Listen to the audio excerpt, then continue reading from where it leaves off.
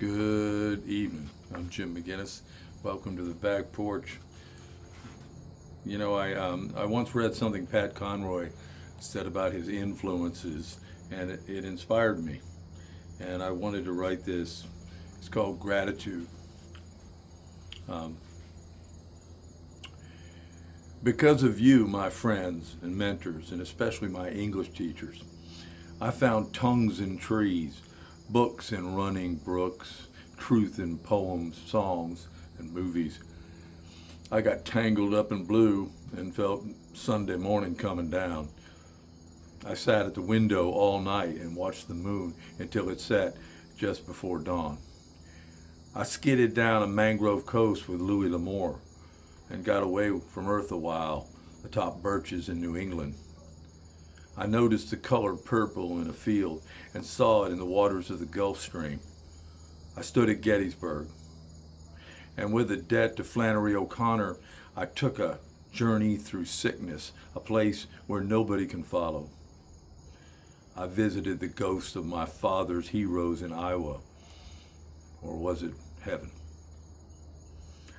I've been to Paris looking for answers and down to Captain Tony's to get out of the heat.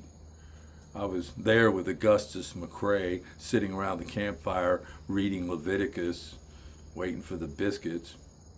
I've climbed the tallest pine with Skip Wiley trying to save an eagle, and played the rain guitar on a bridge in Winchester. I sat moodily in the sun on the Outer Banks after finishing pirated rum, feeling the winds of the Carolinas, and I felt love make my soul crawl out of its hiding place with Zora. I've sweat through Shelby Struthers' Florida summers when the air and the heat are the same, and dreamt of dogs and endless walks in the wilds of the Upper Peninsula of Michigan. One day, giving a loose to my soul, I spent chopping wood with Robert Frost.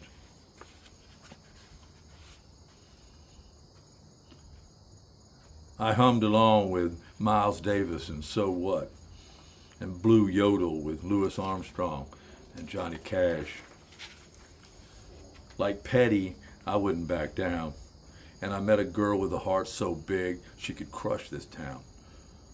I stood on a ledge and prayed to the maker of life for Chingachgook, the last of the Mohicans. I found my faith interwoven with doubt and allowed the flight of a single bird to dismiss my turmoil.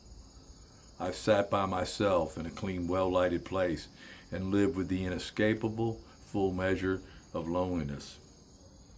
I've watched thousands of sunsets, each with a dose of Conroy's words. I've gone to the woods to live deliberately and sailed into the mystic. I've worn Springsteen's brilliant disguise in a flannel shirt, and I followed the song lines with Bruce Chatwin. I had an interstate running through my front yard, and I thought I had it so good. I've heard the white porpoise singing in the river of time with 1,000 dolphins in radiant attendance. I've burned the candle at both ends with St. Vincent Millay. I was a second-hand lion, believing in things that weren't necessarily true, but worth believing in. All because, like Conroy, I listened to my English teachers and to my friends and mentors, and I too soaked up what those magnificent men and women had to give. And I also cherish and praise them and thank them for finding me and presenting me with the precious gift of the English language. Thank you. Fair winds.